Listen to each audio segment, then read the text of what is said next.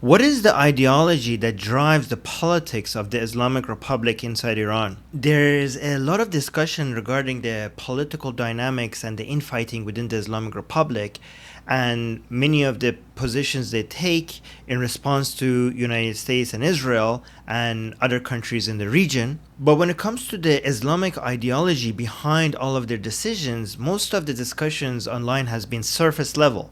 Basically, anybody talking about it either just mentions that it's religious in nature, it's Islamic. If they want to talk about it with seemingly a bit more nuance, they will say that Shia Islam with an end of times messianic perspective, and they might mention the Mahdi, and they might mention that the Islamic Republic is motivated to prepare the world for this end of days battle between Islam and the rest of the world, with the leadership of the Mahdi. And that's about it. That's about the level of detail that I've noticed people get into. And honestly, just mentioning that last part makes a lot of people seem that they have already got into a lot of detail and they come off as a lot more aware and intelligent about the topic than other people who just mentioned that, oh yeah, it's religious and it's Islamic. But that doesn't even begin to scratch at the surface of the underlying ideology behind the Islamic Republic's politics, and especially the supporters and followers of the Islamic Republic within Iran, and especially the followers and supporters of the Islamic Republic and the supreme leader in Iran and also outside of Iran. Because without a deeper understanding of where all of this is coming from, it will be impossible to predict, prepare, and even respond to, and maybe even manipulate and influence the Islamic Republic. So that's what I want to do here, and I want to build a foundation so that we have a better understanding of where all of this comes from and how do they think about the world and why in a much more detailed level. But right now in this video, I want to build the foundations, and based on your feedback in the comment sections, I want to see if you want me to expand on this and get into even more detail in future videos. To understand the Islamic Republic in Iran's version of Ithna Ashari Shia Islam or 12er Shia Islam, we need to go back in time. So the version of 12er Shia Islam that we're dealing here with is the Velayat-e Faqih version of 12er Shia Islam. Velayat-e Faqih, or basically the guardianship of the jurist. We could say the Velayat-e Faqih version of Ithna Ashari Shia Islam, or we could say the guardianship of the jurist version of 12er version of Shia Islam. So if we have Islam,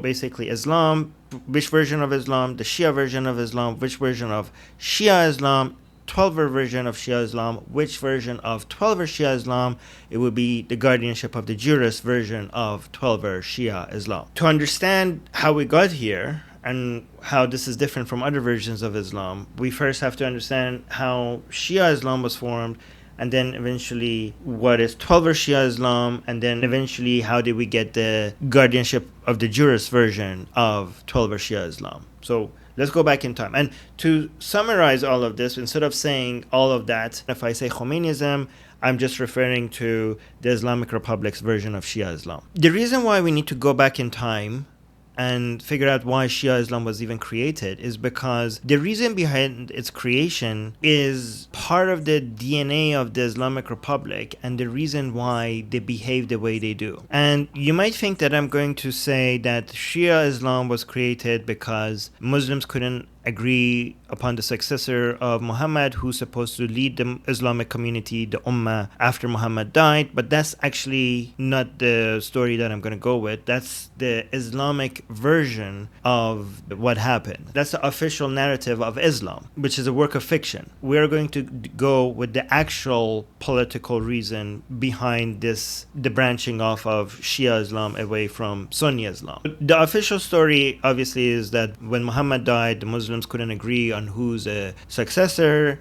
The people who eventually ended up being called Sunnis believe in the four caliphs. The people who eventually ended up being called the Sunnis, they believe in the four caliphs: Abu Bakr, Omar, Osman, and then Ali. And the Shias, they didn't believe in the caliphs, they believed in Ali as the first Imam. And depending on your version of Shia Islam, then the other Imams came after Ali, and the one that we're going to focus on is the 12er Shia Islam, so Ali, Hassan, Hussein, all the way to the 12th Imam. That's the official story, which doesn't explain what we needed to explain. So let me actually tell you what really happened. After the period of time where Muhammad allegedly lived, and after the time that the four caliphs allegedly rule, we get to the part of the history of Islam which we actually have evidence for, which is the Umayyad dynasty, and then after the Abbasid dynasty. This is actually the time during the Umayyad dynasty is where the Quran is getting canonized, unlike what Muslims will tell you that it was finalized during Muhammad's time. That's actually not real. The Quran is getting canonized during the Umayyad dynasty, and the Hadith gets canonized during the Abbasid dynasty. But let's focus on the Quran. The Umayyad and Abbasid dynasty are now referred to as Sunni rule. The issue that these empires had is that they wanted to discourage rebellion. And when it comes to rebellion, you don't just need a military. You don't just need fighting forces that are challenging the ruler, the caliph at the time. You also need branding. You need soft power. You need an ideology. You need a philosophy. You need a story. This is always important for your legitimacy. And branding and authority and the narrative at these times always come in the form of your religion, your sect, your perspective of what is truly the correct religious view to have, right? Whenever you have an empire, the empire has an official religion as its branding, as its soft power, as its reason for governing, as a way to convince people that my ruling is legitimate. And when you want a rebellion against the authority, you need your own version that challenges the narrative of the empire as a way to challenge their authority, as a way to gain support. So if you want to convince people to fight for you, it's not just about paying them, it's also about convincing them that you're on the right side when it comes to God. It's interesting because not much has changed since then. We basically have the same thing today. It's either religious narrative or other improved versions, which is nationalism. But when it comes to the Islamic Republic right now, you could also see that the people who are fighting for the Islamic Republic is either because of money or because they think that there are on the right side and they're fighting for what's right. But the point is that Islam was still not completely in its final form during the Umayyad dynasty, and it was still moving towards its final form, and the Quran was not yet canonized, and the Quran was not yet in its final form, unlike what Muslims will tell you. One thing that had not yet been established was the position of Muhammad as a character was still evolving in the stories. One thing that you could see in the Quran is the emphasis on the idea that Muhammad is the Khatam al-Anbiya, or the seal of the prophets, meaning that there's no other prophet coming after him. It's interesting because there's a story in the Quran about Zayd as Muhammad's adopted son, and you could see that in that story, it makes it very clear that Muhammad's adopted son is not really his son. It cannot be considered his son. Right after that story, it mentions that Muhammad is the seal of the prophets. And for people who are not paying attention, it seems irrelevant. But the reason why that story is there in the Quran is because it's trying to make it clear that Muhammad did not have any surviving sons. The one that did survive wasn't even his son. It was like an adopted son. Because for claiming prophethood, it was important to the Arabs at that time for somebody to be connected by blood to the prophet. In fact, Muhammad's own prophethood was argued by suggesting that the Arabs are descendant of the Jewish prophets and they're connected to Abraham. This blood connection is important. So making sure Muhammad didn't have any surviving sons, and the one that did survive was his adopted son, and he's not a real son, is an important part of making it clear that there are no prophets after Muhammad. And the reason why that was canonized in the Quran is to not provide any new sects of Islam with a new prophet as a way to use this new prophet as a way to use these new prophets coming all the time to challenge the now official religion of the empire. We're done with new prophets. This is the prophet. This is our prophet. This is the prophet of the new religion that we just made up. And this is the branding of this empire. Anybody coming up with the idea that, no, I'm the new prophet, rise up, let's build an army. Nope, you're basically now challenging the Quran. The more that you could make it so that the Quran is the official religion that everyone believes in, so by doing that, what you're doing is that anybody who is claiming to be a prophet will be seen as a blasphemer, as long as you have made sure that this new canonized Quran is the official religion everybody is believing in. Claiming prophethood would be blasphemy against the Quran. The whole point is to discourage rebellion, to remove the ability to create a new religious leader for a rebellion, using prophethood as an excuse. So this is why the proto-Shias, or the people who eventually were referred to as a Shia, ended up creating the new spiritual leader concept, which is an Imam. This is to bypass the seal of the prophet barrier here. The proto-Shias created this new concept called the Imam, which is another spiritual leader that is not a prophet, but is meant to be ruling over the Islamic community or the Ummah. This is where the 12 Imams come from, starting with Imam Ali all the way to Imam Mahdi, which is the 12th Imam. So these Imams, just like prophets, are divinely guided. They might not get direct messages from Allah like a prophet would, but they are still spiritually guided by Allah, and they could do no wrong. And that's why to have religious rule, you need their leadership. No other leadership will be acceptable, because nobody would be as perfect as the spiritually guided Imam. The idea that the proto-Shias introduced is that God would never leave the world alone without a spiritual leader guiding it. So at the era of the prophets, we had prophets, and then after the seal of the prophet, they have Islamic rule, because they don't have that position according to Shia Islam, or what eventually was referred to as Shia Islam. This legitimacy again required bloodline connection to Muhammad, and through Muhammad to Ibrahim. The proto-Shias, they used Fatima, Muhammad's daughter, given that Muhammad didn't have any sons. They went with his daughter and Fatima. Fatima married Ali. Ali was Muhammad's cousin anyway, so he's connected by blood to him as well. And all of the other 11 Imams are basically from the children of Fatima and Ali. So Ali being the first Imam, Hassan being the second Imam, Hussein being the third Imam, and then all the way to Mahdi. It's important to understand that none of this was created because some people got into a room and strategized all of this. It's not like a sudden conspiracy that people came about. All of this usually happens, usually not always, but usually happens in an organic process, in a Darwinian trial and error evolution. Basically whatever works survives. It's not like pre-planned. Is that many people are doing different things, and eventually the strategy that ends up working and causing the rebellion to grow or the movement to grow ends up being the one that survives. You might say, Armin, if Shia Islam believes that there should be at all times a living spiritual leader, but none of these 12 Imams are alive anymore, so how does that work? The answer is that actually one of them is still alive. The 12th Imam is still alive. The narrative is not that the 12th Imam died, went to heaven, and he's going to come back. The narrative is that he's in hiding. There's occultation, which is just a fancy word of saying hiding. But about 1,000 years ago, he fell down a well, and he went into a short period of hiding. Then they found him, and then he fell down a well again, perhaps. But then he went into hiding again, and he's been missing for the past 1,000 years. This is why we called him the hide-and-seek champion of the world. But he's alive. He's a young man. He's among us. He's in the world somewhere, different parts of the world, just walking among us. Sometimes there's reports of sightings of him, like Bigfoot or something. But he's there. He's among us, and he sees everything. He's following everything. And one day he's going to come out of his hiding. And that day is basically the end of times when he does that.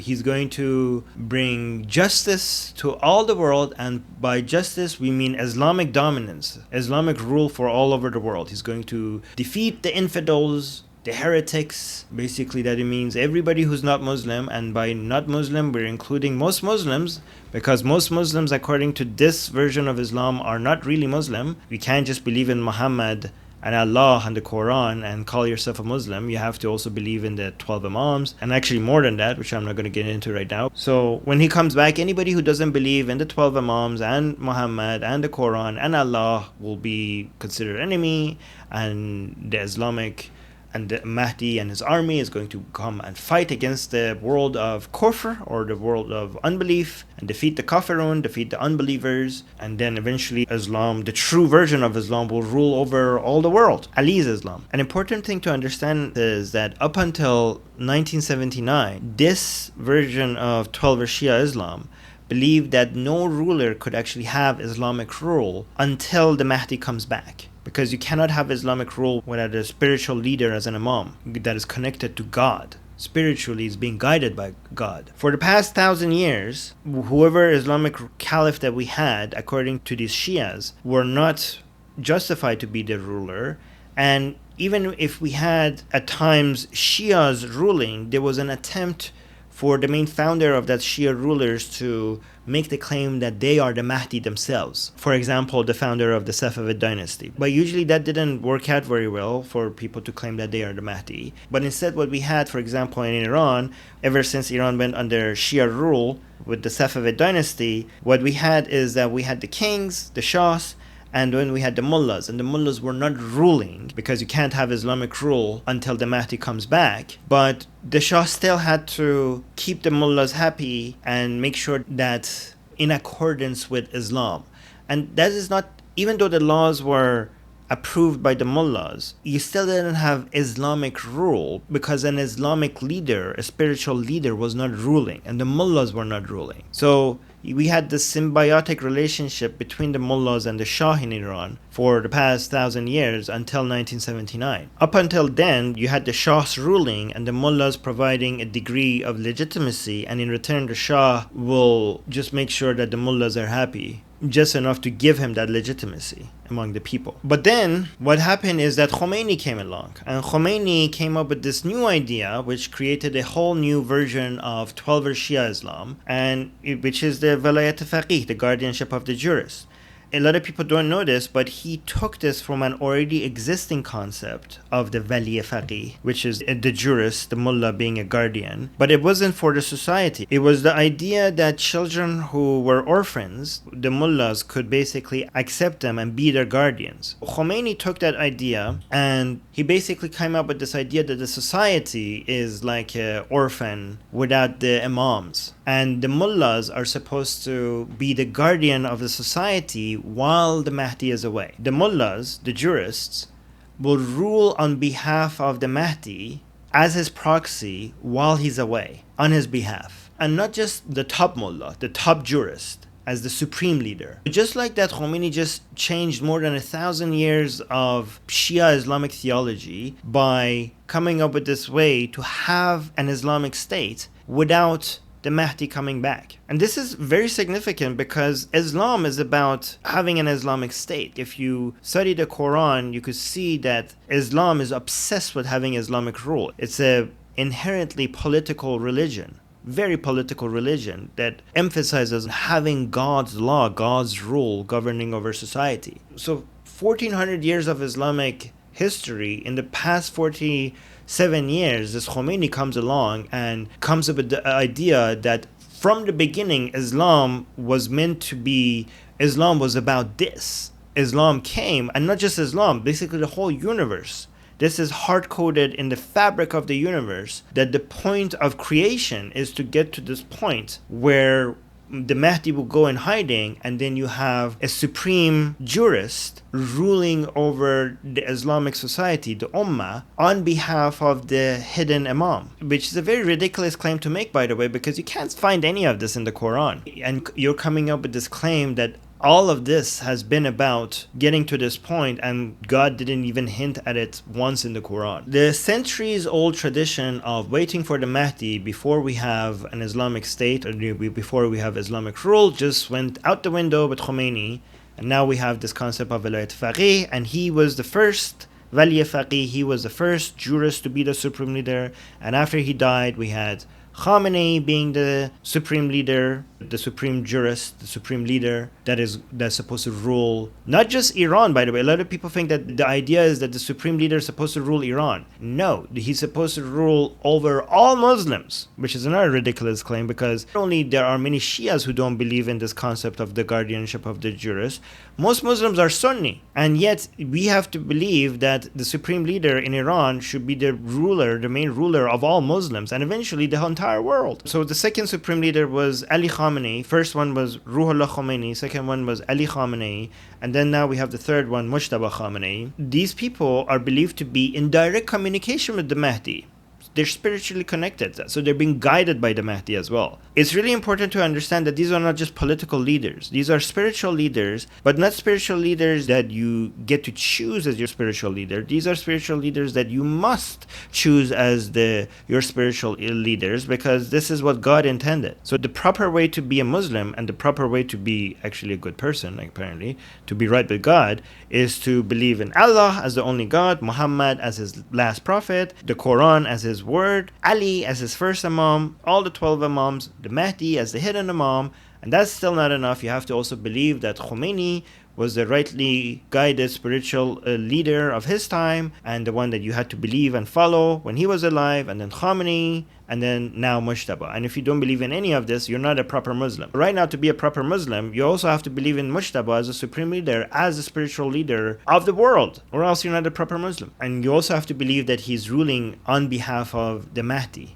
until he shows up. And again, the idea is that Iran is the base of operations, and the base of operations need to expand across all the Middle East, North Africa, and then eventually the whole world. And basically, the bigger the better. Just you're preparing the army of the Mahdi. You're basically preparing his resources. You're preparing his fighting force for when he comes back. You have prepared everything for him. That you have prepared the army that he will now command when he arrives. And you're also supposed to basically have the flag of the Islamic Republic is the flag that you actually put in his hand when the Mahdi comes back.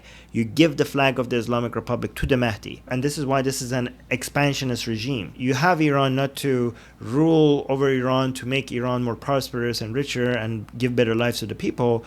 You rule over Iran to use Iran and its resources to prepare the world for the coming of the Mahdi. It's not just Iran. Iran was removing Pahlavi in Iran was the first step. Then now you have to take over the Middle East, and this is the reason why Israel is in the way. So you need to get rid of Israel and Saudi Arabia especially to be able to dominate the Middle East, and eventually you need to keep expanding and basically take over the world. But here's the key point now. Now that you understand this history, we can connect the first dot to the last dot. What you've noticed is that the whole point of the creation and then the evolution of this Shia ideology was rebellion. It was a revolutionary idea. It's an ideology that is meant to inspire revolution against the authority of your time. And if you're interested in me making more videos about this ideology, I could go into the different narratives that shows how it's built exactly for rebellion, the authority that is ruling over you. So revolution is built within this ideology, it's part of the DNA. If you think about this ideology as a tool, given that the goal of the tool was revolution, the tool was developed and evolved, and it was given features and the stories and the narratives and all that you needed to inspire revolutionaries to fight and challenge authority. So why do I point that? Because if you look at the Islamic Republic and its ideology, it's revolutionary. It continues to be revolutionary. It's interesting that more people don't ask, but why? They already won the revolution. Why would they continue to be revolutionary? Usually, when you are a revolutionary, you continue to be a revolutionary until you topple the regime. And then once you're in power, then you not only stop being a revolutionary, you become anti-revolutionary, because now you're supposed to stop the people who are trying to do a revolution against you. But with the Islamic Republic, after the fall of the Pahlavi dynasty in 1979, they continue to be revolutionary. And a lot of people don't ask, wait, revolutionary against who? You're the one ruling. And this goes back to the DNA of Shia Islam. Shia Islam needs to continue being revolutionary. Shia Islam's entire history was based on challenging the status quo. It became part of the coding of the software. Think about the framework of the Shia Islamic ideology, and then add to that the goals of Sayyid Qutb from Egypt. Let's talk about the cross-pollination of ideas here, right? So we had Sayyid Qutb in Egypt, who had revolutionary Sunni ideas from Muslim Brotherhood, but he failed to gain massive traction in Sunni countries. He wanted to cause rebellion against the rulers in Islamic countries, seeing them as not Islamic. He wanted to actually wage war against the entire world of kufr, the entire world of unbelief, the entire un-Islamic world, but he failed, and his movement and Muslim Brotherhood failed to actually achieve what we eventually saw Khomeini achieve inside Iran. The only comparison maybe with the Muslim Brotherhood's success is Hamas in Gaza, but it's nothing compared to what Khomeini managed to achieve inside Iran, bringing out the entire Pahlavi dynasty and gaining so much resources of oil and gas and an entire country of now 90 million people. It was this figure called Nawab Safavi who met with Sayyid Qutb in Egypt and took his ideas and his goals to basically create genuine Islamic rule and try to unite people against the un-Islamic world. Nawab Safavi those ideas from Sayyid Qutb inside Iran, and he inspired people like Khomeini and Khamenei. And because of Nawab Safavi, we ended up having the idea of Velayat-e Faqih and eventually Islamic rule inside Iran. And the reason, in my opinion, that worked inside of Iran and it didn't work with Sayyid Qutb is because the Sunni software didn't match what Sayyid Qutb wanted to do. But the Shia software was a lot more aligned with that type of objectives. Going back to the Islamic regime in Iran continuing to be revolutionary after the Islamic Republic, after the fall of the Pahlavi dynasty, the reason why they continue to be revolutionaries is because they cannot stop. That's part of their entire point of their ideology. But the question is, who are you revolting against if it's not the Pahlavi dynasty? And the answer to this question is very important, because if you don't understand this, you will not understand how to deal with the Islamic Republic. The revolution are supposed to be against somebody, a rule above you, right? When the Pahlavi is in power, they're ruling over you and you're rebelling against them. But now that you rule over Iran, what is the other power above you that you're now rebelling against? And the Islamic regime inside Iran, their revolution is against the entire world order as it is right now. Basically, the Western world order led by the United States. The Islamic religion is not just a religion, it's a world order. And because it's a world order, it's not competing with other religions. It's competing with other world orders. And the world order dominating the world right now is the Western world order led by United States. And that's what they're rebelling against. That's what the revolution is against. And it will not stop until they dominate the entire world, and the entire world is under Islamic rule. And what we call a Western-led world order, they call it Western imperialism. And they consider Pahlavi to be an extension of that inside Iran, and they believe Israel, or what they call world Zionism, an extension of that in the Middle East. But the ultimate goal is to bring down the United States and basically rule over the whole world. If you want me to go into more detail or ask me questions about this, come and talk to me in our discussion group. The link is below. There are many other people there other than me, and we're growing that community there. It's a very interesting and fun community to be involved in. We talk about all things political related. If you found this video interesting or educational, let me know in the comment section. The comments really help me get motivated to make more videos like this. My name is Armin Navabi. I'm Israel Chai. Long live America. Javid Shah. Payande Iran.